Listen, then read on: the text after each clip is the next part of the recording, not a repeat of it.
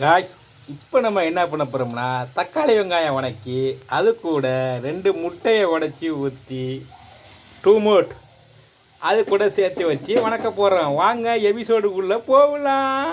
இதோ பாருங்க, வெங்காயம் நல்லா வணங்கிட்டு இருக்குது. நல்லா செக்கச்சவேர்னு வணங்கணும். ஆமாம், நல்லா வேகணும் வெங்காயம், சரிங்களா? தனியாக கம்மியாக வச்சு நல்லா வணக்கிங்க. அப்படியே வந்தோடனே அது கூட தக்காளி எடுத்து போட்டுங்க. இப்போ ஒரு கிண்டிங்க. நல்லா வேகட்டும். இப்போ தக்காளி வெங்காயம் போட்டு கருவேப்பிலை கொஞ்சம் சோம்பு சீரகம் போட்டிருக்கோம். போட்டு தக்கன எப்படி வந்துட்டுருக்கு பாருங்க.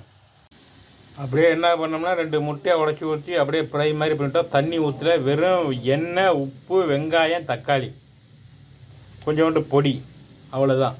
வாங்க சாப்பிட்டு பார்ப்போம் எப்படி இருக்குன்னு. அடுத்தடுத்த எபிசோடில் உங்களை சந்திக்கிறேன். நான் பார்த்திபன் விதை. வாங்க, எல்லாம் ரெடி ஆச்சு, சாப்பிட வந்துட்டோம். வாங்க பார்ப்போம் எப்படி இருக்குன்னு. வெள்ளாட்டு கறியை போல கற்பாட்டு கறி இருக்குமா, கற்பாட்டு கறியை போல சேப்பாட்டு கறி இருக்குமா, என்னன்னு தெரியலையே. இங்கே பாருங்க, சுட்டு போச்சு. சரி, வாங்க எப்படி இருக்குன்னு பார்ப்போம்.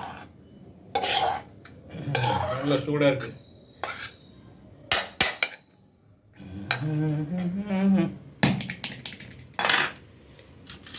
நல்லாலே லல்லாலே லல்லாலே லல்லாலே.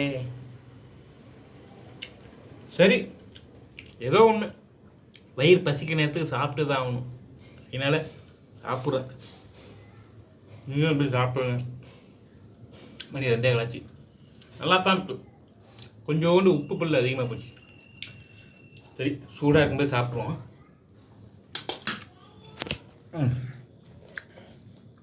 இந்த 2 முட்டையை வாங்கி கொடுத்த அன்பு நெஞ்சம் அண்ணன் சந்திரசேகர் அவர்களுக்கு எனது மனமார்ந்த நன்றி. நான் அவருக்கு செய்யக்கூடிய ஒரு நேரத்தில் இந்த ஜடலம் அவரிடமிருந்து வாங்கி திங்கக்கூடிய ஒரு சூழல் ஏற்பட்டிருக்கிறது. பாருங்கள், இந்த பணத்தை நான் சாயங்காலம் உங்கள் இடத்துல கொடுத்தேன். விடைபெறுகிறேன்.